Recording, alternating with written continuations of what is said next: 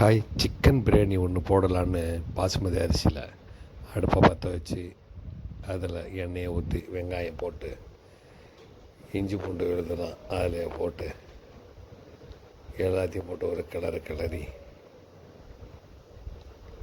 நல்லா கிளறி விட்டு அந்த இஞ்சி பூண்டு வாடை போகணுன்னா வச்சுருக்கிற அந்த மசாலா போட்டு வச்சுருந்த கோழி, இஞ்சி பூண்டு மசாலா, தக்காளி எல்லாம் போட்டு ஒரு கலவையை ஊற வச்சுருந்த கோழியை அதில் போட்டு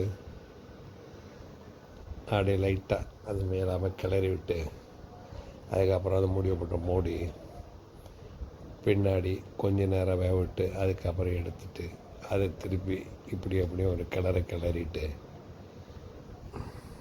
கிளறி விட்டு அதுக்கப்புறம் அரிசியை கொட்டி தம் போட்டு வச்சுட்டாச்சு.